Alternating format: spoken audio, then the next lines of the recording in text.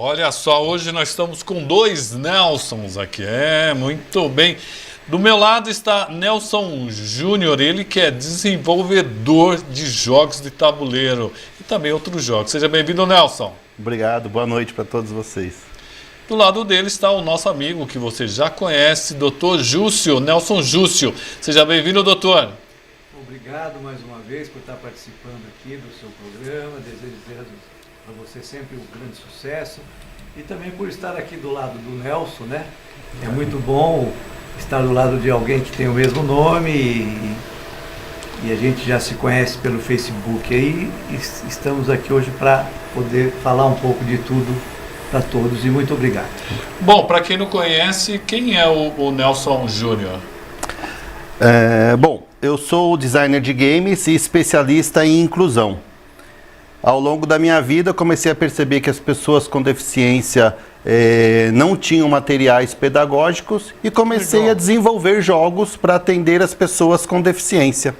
Então, me especializei na área de inclusão para pessoas com deficiência, especificamente, e depois, ao longo do tempo, também com a parte de resíduos sólidos e objetivos de desenvolvimento sustentável.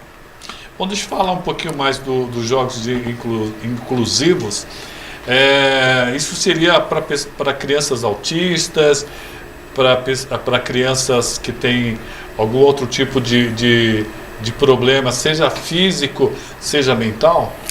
Olha, nós temos mais de 40 jogos, então nós atendemos pessoas com espectro autista, também atendemos pessoas com mobilidade reduzida e também pessoas com deficiência auditiva, intelectual também, intelectual ou pessoa com deficiência visual. Que bacana. Inclusive, um dos nossos jogos, que nós ganhamos um prêmio internacional de design, que foi o Prêmio Ideia Brasil, ele é um jogo para pessoas com surdo-cegueira. Ou seja, a pessoa às vezes é surda e também cega e ela precisa ter um material para ela poder estudar, se divertir, aprender, uma forma dela poder interagir com as outras pessoas com ou sem deficiência. Então a gente se especializou nessa área mesmo. Doutor Júcio, para quem não conhece, ele já esteve aqui outras vezes, mas a gente sempre faz esse preâmbulo, né, para que você que está chegando hoje saber quem é Dr. Nelson Júcio. Bom, eu sou advogado, militante aqui na cidade, né? Me sinto um cidadão guarulhense, apesar de não ter nascido aqui. Vivo há muitos anos já com a minha família, tenho uma grande amizade com todos e tenho muita expectativa de ver o nosso município prosperando, né? E penso que eu posso estar ajudando de alguma forma, né? Trazendo aqui algumas ideias, né? Nos dê já uma ideia, já comece por aí. O que é necessário para inclusão? Então, eu penso assim muito talvez objetivo, né? Objetivamente que a inclusão ela é muito necessária e obviamente ela tem que vir desde o berço, né? Através da família em especial, né? Obviamente dentro de uma condição familiar, que existe uma família que tem uma base, que tenha pessoas que tenham um emprego, né? Que tenham um ganho que possa ser sustentável para as pessoas que ali se formam e, obviamente, através da educação, da cultura e também da preservação dos costumes, né? Dos costumes, que é muito importante na família, a tradição, né? E, obviamente, um desenvolvimento familiar e depois, sim, o Estado, conforme a própria Constituição prescreve e nos impõe a regra de comportamento, ela, então, daria uma assistência, né, diante das dificuldades exatamente de pessoas que não se sentem incluídas ou não estão incluídas na sociedade. Eu acho extremamente interessante essa questão. Aliás, deixa eu falar com o Dr. Nelson Júnior. Nessa abertura da Copa, tinha um rapaz lá, né, jovem, em que ele com desenvolvimento, ele não conseguiu desenvolver as pernas, não só as pernas, a parte inferior do corpo. E ele consegue viver muito bem, obrigado, inclusive sendo um grande influenciador digital. Isso também depende do meio ambiente que ele vive, das pessoas que acabam acreditando nele, não o julgando como uma pessoa ineficiente. Exatamente. Inclusive, uma coisa interessante, a palavra que você falou aí, ineficiente. Lá por volta de 2010, quando eu comecei a trabalhar com inclusão de forma jurídica, coloquei uma empresa especificamente para esse trabalho, um pouco antes de 2010, existia uma questão muito complexa sobre o nome que se dava, se era portador de deficiência, necessidade especial, pessoa deficiente ou deficiente físico, e por isso que eu coloquei o nome da empresa como Super Eficiente. Por quê? Porque a pessoa com deficiência, ela pode ter uma dificuldade, por exemplo, auditiva, mas ela não tem a dificuldade visual. E ela acaba fazendo com que essa habilidade visual dela se sobreponha. Verdade. Então essa pessoa, ela passa a ter habilidades com as possibilidades que ela tem muito maiores. Então ela continua tendo uma dificuldade auditiva, mas ela tem uma acuidade visual bem melhor. No caso da pessoa com deficiência visual, por exemplo, ela não enxerga, mas ela começa a ouvir de uma forma diferenciada. Então ela não tem a facilidade para enxergar ou não enxerga nada, ela tem essa dificuldade, mas na parte da audição, a pessoa que possui a cegueira, ela desenvolve uma audição melhor, começa a ter mais sensibilidade nesta parte. Então, a pessoa com deficiência, ela tem uma dificuldade, mas isso não significa que ela não consiga exercer uma série de outras funções ou uma série de habilidades que ela é capaz. Por exemplo, eu tenho um amigo que ele é designer de produto e ele é ilustrador. Ele é autista, se formou como designer de produto e é ilustrador e tem revistas que ele vende no Pará. Que bacana. Uma pessoa que é um profissional maravilhoso. Ele é autista. Ou seja, o fato de você possuir uma deficiência não significa que você não possa ser um grande profissional em alguma área, não importa qual seja. Mas você tem as outras habilidades que permitem que você possa desenvolver uma tarefa. O grande problema que nós temos hoje no país é que às vezes o empresário quer contratar a pessoa para fazer o que o empresário quer. E todos nós, independente de onde nós vivemos, nós temos as nossas habilidades e nós temos as nossas dificuldades também. Então você vê que tem pessoas que gostam de exata, mas não gostam de humanas. O outro gosta de humanas e não gosta de exatas. As pessoas com deficiência também são assim. Então, as pessoas com deficiência, elas conseguem exercer funções muito bem e podem ser ótimos profissionais. Só que a gente precisa saber encaixar essa pessoa naquilo que tem a ver com a vida dela. Ou seja, você passa a ter um propósito naquilo que você faz, você começa a desempenhar melhor o que você faz, porque você tem amor por aquilo. Agora, se a empresa quer contratar uma pessoa para ser única e exclusivamente um montador, provavelmente ela não vai conseguir ser um ótimo montador, porque não faz parte do objetivo de vida dela. Isso é verdade. O doutor Júcio, eu estava vendo essa questão dos jogos, né? É uma coisa interessante da gente botar as crianças, desde a primeira infância, a aprender os jogos cada vez mais complexos, para desenvolver, até para ter uma visão, como o doutor falou, para você não ser simplesmente um montador ou um apertador de parafuso. Nós que somos de humano, o doutor é advogado, né? Nós não temos a menor habilidade com exatas, né? Nosso é humanas, né? E o senhor fala muito em integrar essa população. O senhor acredita que somente tem que começar com a criança ou pessoas já adultas, desenvolvidas, é possível ainda ter um trabalho de encaixe na sociedade? Então, observando a fala dele, eu estava aqui lembrando que na natureza nós também temos na fauna e também na flora, seres que têm muitas incapacidades para determinadas coisas, mas se adaptam muito bem e às vezes até melhor para outras coisas. A natureza, avestruz não voa. entendeu? Mas o que eu penso é o seguinte, em relação à sua pergunta, eu penso assim, lógico que não é só com as crianças, há que se levar uma conscientização a todos os seres, entendeu? E trabalhando essas pessoas, trazendo elas para uma inclusão e deixando elas exatamente demonstrarem a capacitação que elas têm. Não faça isso, não. Coloque ela para fazer alguma coisa que ela saiba fazer, que ela tenha como tradição, que ela tenha como um conhecimento, e melhorar esse conhecimento dela para que ela possa estar desenvolvendo uma atividade que ela goste, que ela tenha prazer, né?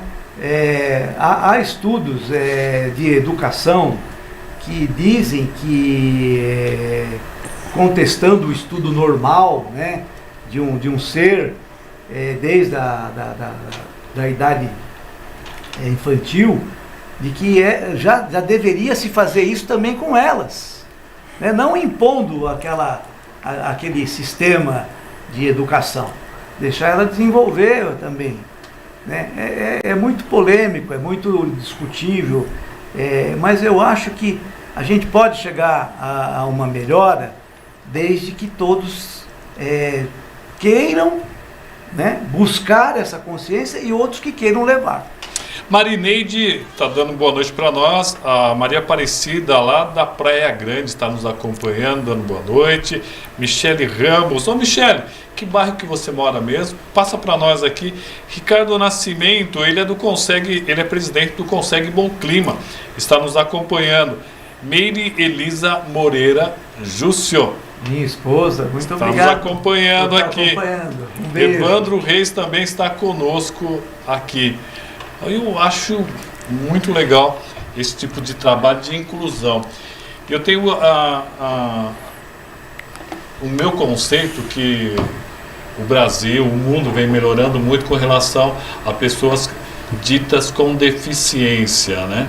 Deficiência com relação ao quê? Eu conheço muita gente que tem 2 pernas, 2 braços e que não chegou a lugar nenhum. Por outro lado, eu conheço pessoas que não enxergam, são cegas e já são formadas.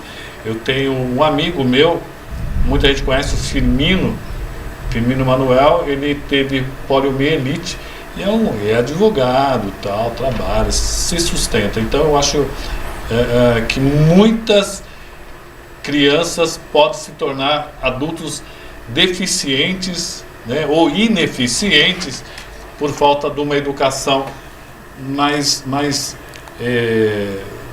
apertada, porque o pai, vamos lá, começar pelo avô, o bisavô não conseguiu estudar, aí o pai também não conseguiu estudar, o filho não conseguiu estudar e o neto também não. Então o neto, aquilo é a realidade dele, acha que ele nunca vai conseguir chegar a lugar nenhum. E a gente tem visto muitas crianças aí com muito talento que estava precisando apenas de um suporte financeiro e de que alguém acredite nele.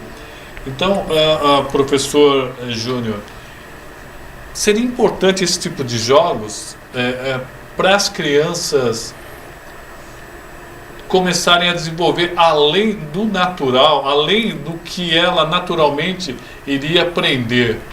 O jogo, quanto mais complexo, mais ele a ensina a criar neurônios e sinapses para que a criança fique mais inteligente.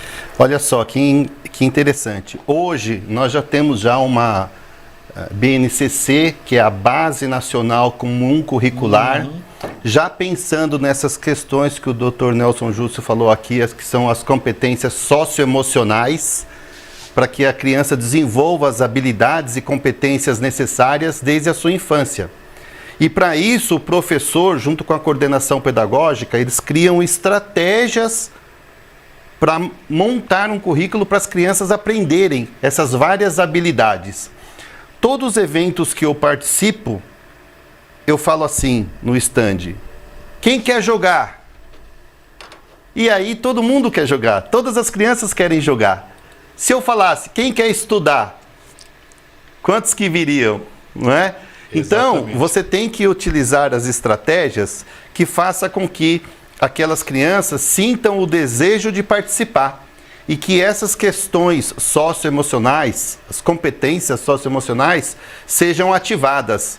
Numa empresa hoje, a gente fala das soft skills, que são as bases comportamentais do colaborador, não é? Tem muitos colaboradores, pessoas são contratadas por terem ótimas habilidades, é um ótimo técnico, por exemplo, mas não tem a habilidade comportamental necessária, uma pessoa encrenqueira, mal educada, não cumpre o horário, ou seja, as soft skills deles não são bem trabalhadas. E é mais difícil você trabalhar uma soft skill do que uma hard skill, que é a competência A técnica. inteligência emocional é uma coisa importante. Exatamente. Então, quando você fala que a criança tem que participar mais, nós temos que também levar para ela que ela é capaz. Por isso que vocês estão vendo hoje em dia, por exemplo, entrando um pouco aqui mais no que eu faço no dia a dia com os jogos, por isso que hoje você vê nas cidades se falar muito sobre Smart City, que é uma cidade inteligente, na qual você tem todos os setores da prefeitura, da cidade, um conversando com o outro para que as coisas aconteçam de uma forma correta. Você monta um condomínio num lugar, mas como é que vai ser o trânsito naquele espaço ali? Você implanta um supermercado, como é que vai ficar o entra e sai com aquele supermercado ali? Então, todos devem se conversar pensando em todas as possibilidades, inclusive na pessoa com deficiência que vai ter o acesso. Então, se você não tiver hoje uma cidade pensando de forma inteligente, ela não consegue ter um progresso adequado. E na empresa, a gente ouve muito se falar hoje sobre a empresa que quer se mostrar, quer parecer e quer ser de verdade ESG. O que é uma empresa que quer ser ESG? É aquela que cuida do environment, que é o ambiental, social, parte social da empresa, e a governança. Ou seja, a empresa não existe única e exclusivamente para ganhar dinheiro. É óbvio que isso é uma obrigação da empresa, senão ela vai deixar de existir. Mas ela tem que saber trabalhar como que vai ser a contribuição social dela. Isso não importa. Nós temos aí dezenas, centenas de necessidades sociais. A empresa escolhe qual que para ela é mais interessante e qual que é a contribuição ambiental dessa empresa. Essa empresa cuida dos resíduos que ela produz? Ou ela despeja esse resíduo na natureza de uma forma irresponsável? Então, hoje, nós precisamos realmente fazer com que essa inclusão da pessoa com deficiência nas empresas, no governo, nas escolas principalmente, seja feita de uma forma inteligente. E por isso que a gente traz o lúdico para o aprendizado, porque todos querem aprender brincando. Quando você leva para a pessoa uma imposição de estudar, você já cria uma barreira para ser ultrapassada. Agora, quando você leva uma diversão, porque quando você fala vamos brincar, você está levando para a pessoa uma diversão. E não existe, teoricamente, um compromisso. Só que o professor, que é o grande articulador, que faz essa mediação acontecer, ele leva a estratégia para que a criança aprenda durante aquele lúdico. Se eu hoje tivesse que começar a minha vida de novo e falasse assim, você vai ser o quê? Eu falo, não, eu vou ser professor. Nadir está nos acompanhando lá de Sorocaba. Olha só que beleza, Nadir Cotarelli. Concorda com ele, doutor Júcio? Sem dúvida, né? A gente tem que concordar porque, afinal de contas, a gente tem que estar colocando as nossas ideias, as nossas convicções para que todos tomem conhecimento maior, né? E eu tenho uma curiosidade, se me permitir fazer uma pergunta para o colega, meu xará. Com esse nome bonito que você tem, não tem como recusar. Queria perguntar para ele se você está tendo muita dificuldade de estar levando esse conhecimento em detrimento até da tecnologia hoje, do computador. O que você pode me dizer a respeito disso? Olha, no meu caso, como meus jogos são inovadores, eu tive que fazer lá atrás um trabalho de marketing. Ou seja, eu tive que mostrar o que são os jogos, como eles funcionam, eu tive que levar ao conhecimento do público, não é?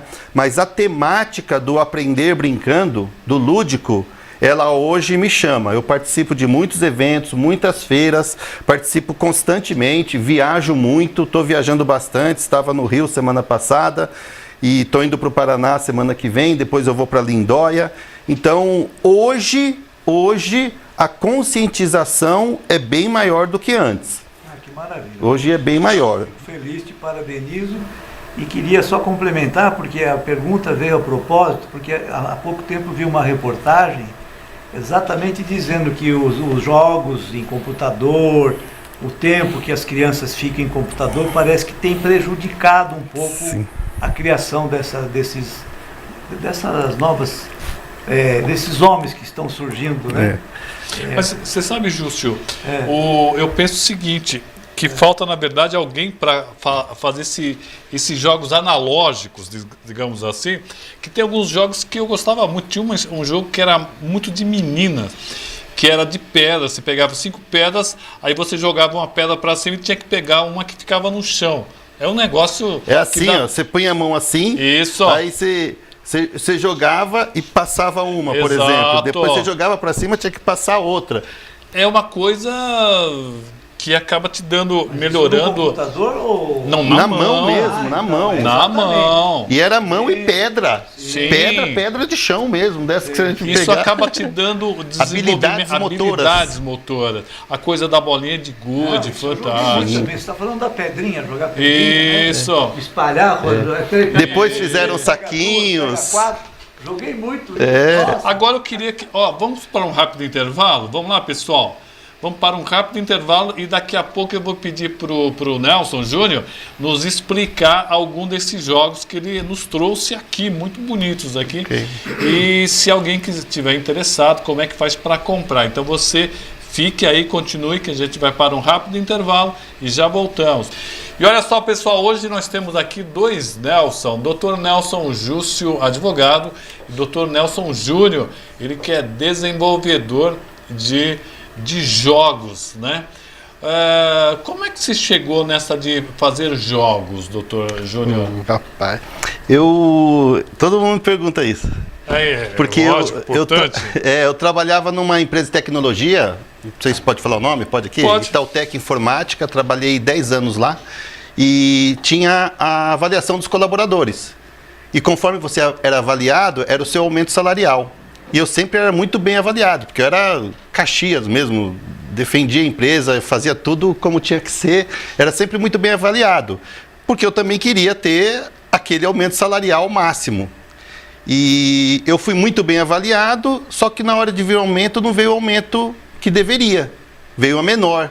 Eu fiquei nervoso, chateado, fui embora mais cedo da empresa, e aí eu tinha um ônibus da empresa, eu fui até o metrô, e lá no metrô, eu nervoso, chateado, lá no metrô, eu entrei no metrô com a cara emburrada, fui pro vagão, fiquei assim, chateado, nervoso, e aí logo depois entrou um monte de pessoas com deficiência, um monte. Tinha surdo, tinha cego, tinha cadeirante, e entraram lá sorrindo, brincando, se divertindo, alegres, contentes, e eu, que era um cara que eu tinha um ótimo salário nessa empresa, estava ali, nervoso, chateado, emburrado, aquilo mexeu comigo, é como se eu tivesse me transportado fora do meu corpo e me visto ali emburrado. E aquele monte de pessoas com deficiência felizes, e eu triste. Logo, eu estava na época também com problema com a minha esposa, né? Logo depois, quando eu fui descer na minha estação, que era o Tatuapé, eu vi um casal de mendigos abraçados, sorrindo e se beijando.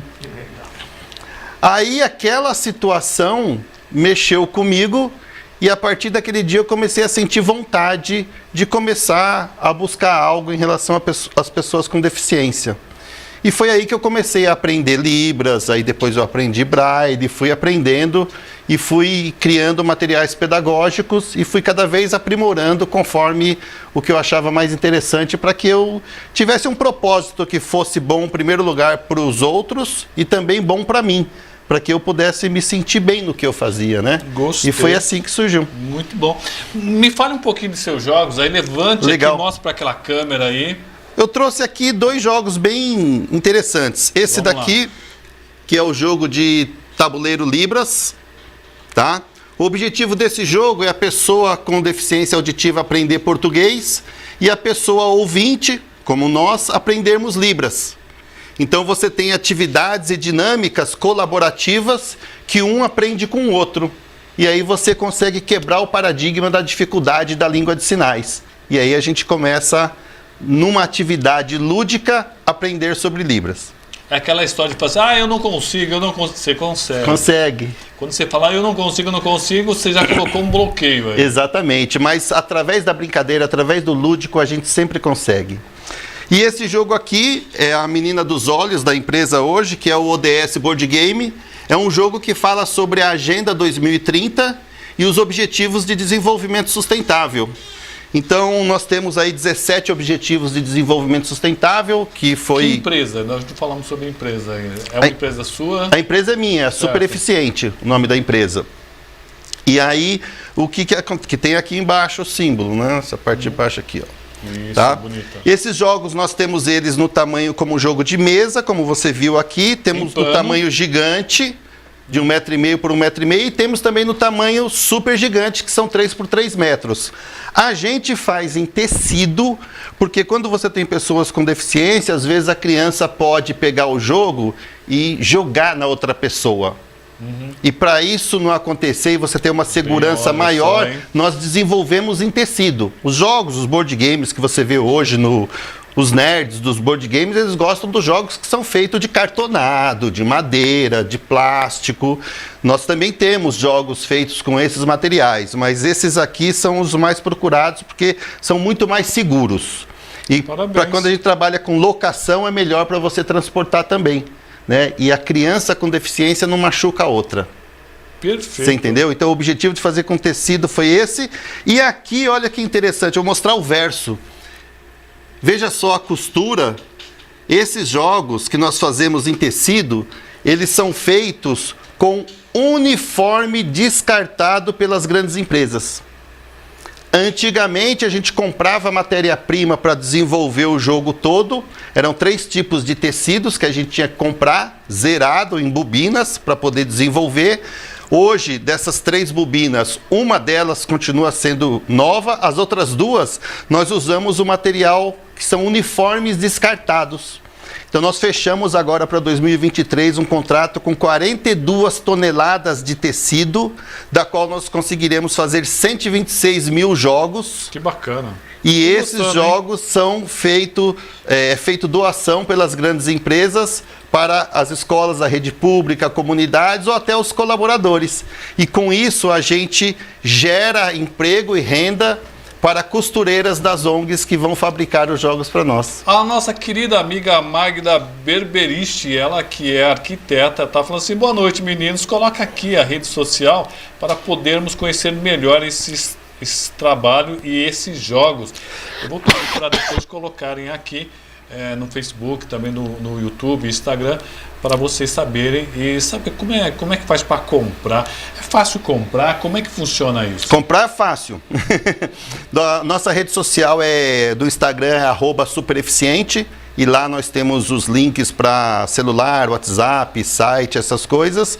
Nós vendemos também nos marketplaces do Magalu, né, Magazine Luiza, e também o nosso próprio site, que é o supereficiente.com. Escreva então, jogos supereficiente. Supereficiente.com. Que bacana. Alguma prefeitura já se interessou por isso? Nós vendemos muito para a prefeitura, só que quem vende diretamente não sou eu, são os representantes comerciais, que eles participam de compra direta ou licitação. Então, eles participam das licitações nas suas regiões, porque eu não consigo atender o país inteiro, a gente vende para o país inteiro. Eles participam, ganham a licitação e aí compram da gente. Então, quando eu vendo para o meu representante paga para mim e ele entrega para o cliente final. A maior parte dos nossos usuários são escolas da rede pública e rede privada. Eu gostei demais. Eu estava lembrando essa questão de mudar comportamento, e os advogados também sofrem com essa questão, porque ainda está muito forte do juiz achar que ele é muito mais do que o advogado. E eu descobri, eu também achava, mas aí eu descobri com alguns advogados que tanto promotor como advogado e juízes, eles têm que estar no mesmo nível, não é isso? E isso, muitas vezes, os juízes não gostam. Isso tem que ser retrabalhado como uma espécie de inserção, para que a coisa não fique tão desigual como nós tivemos aí um desembargador, viu, Lúcio? Que não queria colocar uma máscara e falava assim, não, eu sou desembargador, não vou colocar máscara, não sei o quê. Para a gente ver que é necessário uma equalização em todos os níveis, inclusive nos advogados, né? Sim, a nossa regra, né,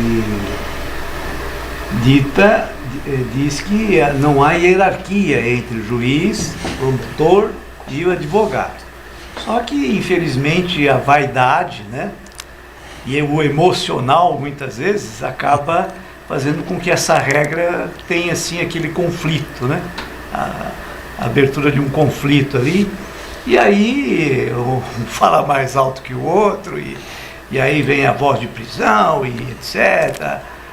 Mas é uma coisa que eu acho que digo aos colegas advogados que tenham realmente parcimônia quando se afrontarem com esse tipo de problema, porque isso é do ser humano, né? Então, você não está lidando só com o juiz, você está lidando com um ser humano que a vaidade é um pouco mais arrogante que outros, então é fácil de controlar. Controlar o emocional, manter a sua educação, a sua humildade.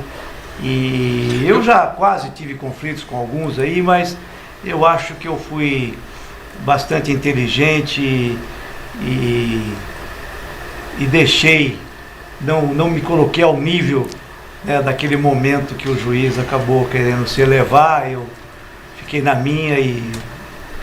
Teve até um caso no Rio de Janeiro que alguém teria dito, ó, o senhor pensa que é juiz, aí a pessoa foi presa e depois ainda o juiz ganhou a causa. Você vê como a coisa no Brasil é um negócio meio estranho. Ainda precisa muita coisa para a gente ter um equilíbrio. E a gente começa por baixo com as crianças, não vendo uma criança que tenha algum tipo de problema, seja físico, seja mental, como uma pessoa menos eficiente do que outras. Como eu já disse, eu conheço muita gente que teoricamente é uma pessoa sem nenhum tipo de limitação, mas que ela é limitada porque quer ser limitada. Ela sabe tudo que ela poderia fazer, mas ela acaba sendo ou preguiçosa, ou por uma questão ou outra, acaba não se desenvolvendo como deveria. Por isso que eu acho extremamente importante, doutores, de que a educação no Brasil, e eu tinha até separado aqui, ó, uma questão, o Brasil só fala mal o português. Nem o tupi, como é falado no Paraguai, que são duas línguas, o espanhol e o tupi, nós não falamos. E meu sonho é que o brasileiro na escola já tenha pelo menos umas duas línguas. Na Suíça, por exemplo, eles falam alemão, francês, italiano e romanche. São 4 línguas. E vou te falar um negócio, e meus avós falavam assim, para que ler demais? Quem lê demais acaba ficando louco, né? Tinha isso, não tinha? Tinha esse tipo de coisa, né? A minha querida sogra, ela achava que eu ia ficar louco de tanto ler. E eu fico muito contente quando eu vejo um profissional ou uma empresa desenvolvendo um trabalho tão bacana, que no meu entender não vai ajudar apenas a criança dita deficiente, mas aqui teoricamente não tem nenhum tipo de deficiência, acaba ganhando também com esse trabalho. Sim, Nelson. Inclusive, isso que você acaba de dizer agora foi um dos erros que se cometeu no passado, achando que a pessoa com deficiência, a gente tinha que atender única e exclusivamente a pessoa com deficiência. Não. Quem não tem deficiência e não tem conhecimento, não tem know-how sobre as necessidades que as pessoas com deficiência têm, não consegue contribuir por falta de conhecimento. Isso, perfeito. Como não é o nosso dia a dia, é óbvio que tem um monte de coisas que a gente não sabe. Um monte de coisas na vida que a gente não sabe. Se você não tem contato, não tem ali uma vida próxima das pessoas com deficiência, você não vai aprender como lidar com a situação, como lidar com essas pessoas. Então, eu sempre digo o seguinte, a primeira coisa que a gente tem que fazer é quebrar a barreira atitudinal. Ou seja, você tem que estar aberto para aprender algo. Então, quando eu levo esses jogos, eles foram feitos junto com a Base Nacional Comum Curricular, que é para a pessoa com e sem deficiência poderem brincar juntas, trocar juntas. E aí você pratica a inclusão. Que bacana. Então isso é justamente para que a gente contribua com o que a gente tem. Porque você tem um conhecimento que a pessoa com deficiência precisa. E você às vezes não sabe que você consegue, numa atividade lúdica, contribuir. Nelson, por favor. Me permita, ouvindo tudo isso, eu estou lembrando aqui, queria citar a história da Helen Keller, né? Que foi uma história muito bonita. Uma pessoa com surdo-cegueira, duas deficiências. É uma história muito bonita, eu não vou aqui narrar, mas eu quero lembrar também o seguinte. Todo ser humano, quando vem ao mundo, obviamente, ele não sabe falar nem a língua da pátria dele. E ele começa a se desenvolver através exatamente do quê? Da observação. E o brincar é muito espontâneo. Ele observa o animal, observa coisas, então ele vai no sentido sempre de brincar. E no brincar é que ele vai aprender. Ele vai começar a ter uma noção do espaço que ele vive e ele vai começar a ter imposições da sociedade, do pai, da mãe, o que pode, o que não pode. E às vezes é esse o que pode, o que não pode, que atrapalha um pouco o desenvolvimento dele, né? E obviamente nós estamos aqui, o seu trabalho, eu acredito que ele vem justamente enfocar, né? Todo cidadão, seja ele criança, adulto ou jovem, ele precisa exatamente aprender as coisas de uma forma divertida mesmo, entendeu? Não impositiva, porque ninguém gosta de que se imponham as coisas para eles. A lei, infelizmente ou felizmente, a lei, ela é imperativa. A lei é imperativa. Ou você se comporta dentro da imperação da lei, ou você vai ser punido. E eu tenho visto de todo o contexto social e da minha vivência, que a nossa sociedade, apesar dos trancos e barrancos, ela ainda, apesar de omissa em muitas coisas, a maioria da nossa sociedade, da nossa população, dos seres que a gente se relaciona, há muita omissão por parte de muitos, que também é um crime. A omissão é um crime. A comissão é o ato de fazer alguma coisa errada, e omitir por estar vendo coisa errada e não se colocar numa posição para que as coisas se aclareçam, né? É um crime também a omissão. Então o que nós precisamos, e o seu trabalho vem, provavelmente está aí esclarecendo e clareando, é exatamente o quê? Que as pessoas tomem consciência que elas precisam aprender brincando e ter um comportamento saudável, solidário, né? E para que as pessoas possam viver melhor. Essa visão que eu estou tendo do seu trabalho aí, te parabenizo, né? E espero que os seres humanos realmente possam ter essa consciência. Recentemente eu vi uma postagem sobre o Nelson Mandela, outro xará nosso. Gente com nome bonito, assim. Um grande gente homem, boa. sofreu o que o diabo, que o diabo amassou. Deixa eu falar sobre Nelson Ned, então. Nelson, Nelson Ned, para as novas gerações, ele era um anão. ah não, exatamente. Mas a voz desse sujeito, a sensibilidade dele, tornou ele talvez mais famoso do que Roberto Carlos em toda a América Latina e Estados Unidos. Exatamente. Ele foi o primeiro brasileiro a vender milhões de LPs, que você não deve saber, são discos grandões assim, né? De músicas Muito bem maravilhosas, lembrado, muito né? bem lembrado. Mas complementando o que o Nelson Mandela falou, É um monte de Nelson. ele disse o seguinte, tentando exatamente pacificar o povo da região dele, depois de tanto sofrimento que ele teve, ele disse o seguinte: se a pessoa aprendeu a, vamos dizer assim, difundir o ódio dentro dele, ela pode aprender Sim. o amor, certo? Então, gente, é uma questão de a gente fomentar essa consciência através dos seus jogos e outros mecanismos que possam realmente conscientizar a população independente e incluí-las todas, inclusive esse cidadão que você falou que não tem deficiência física, não tem deficiência mental, mas se abandona a família, né? A violência contra a mulher.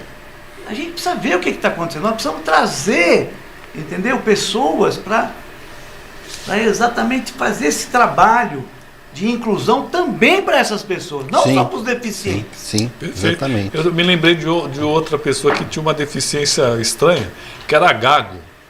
Quem é? Nelson Nelson Gonçalves. Outro Outro xará nosso. Você viu que eu tô lembrando, hein? Adoro. Ele era Sou fã- gago? sou Era fã do gago. Nelson Gonçalves, era gago. Era gago. Inclusive, você pode mandar um abraço para Lilian Gonçalves. Minha amiga, já William tive várias Gonçalves. vezes lá. Ó, Minha amiga. acabaram o nosso tempo Ah, aqui, que ó, que pena. Aqui tá faltando 5 minutos para fechar o nosso programa aqui. Quero agradecer ao Dr. Nelson Júcio, a pessoa que sempre está conosco aqui e nos ajudando muito. Obrigado, Dr. Nelson Júcio. Roberto Samuel, eu que agradeço. Quero deixar um abraço para todos, inclusive para o seu Mano Cido. Opa, meu mano. Tive com ele esses dias. Eu falei, eu vou lá falar lá no programa do seu irmão. Então, eu quero deixar um abraço para ele e, em seu nome, dar um abraço para todos, né, que estão nos assistindo e agradecer mais uma vez esta oportunidade que você me concede. Olha, o prazer é todo nosso aqui, ter 2 Nelsons aqui. E Nelson Júnior, obrigado aí por essa aula que o senhor acabou nos dando aqui. Eu que agradeço. Se alguém quiser encontrar a gente nas redes sociais, só procurar lá no Instagram, @supereficiente. E vamos sempre lembrar que uma coisa bastante importante que a gente tem que ter em mente quando se fala na inclusão é que nós não podemos deixar ninguém para trás. Então, quando você vem com esse lema de não deixar ninguém para trás, você está sempre alinhado com a diversidade e alinhado com uma forma de fazer com que as pessoas com deficiência possam participar. A gente quebra a barreira atitudinal e todas as outras barreiras que existem se tornam mais fáceis de serem rompidas. Então, vamos sempre fazer com que não deixemos ninguém para trás. Muito obrigado a todos que estiveram assistindo a gente.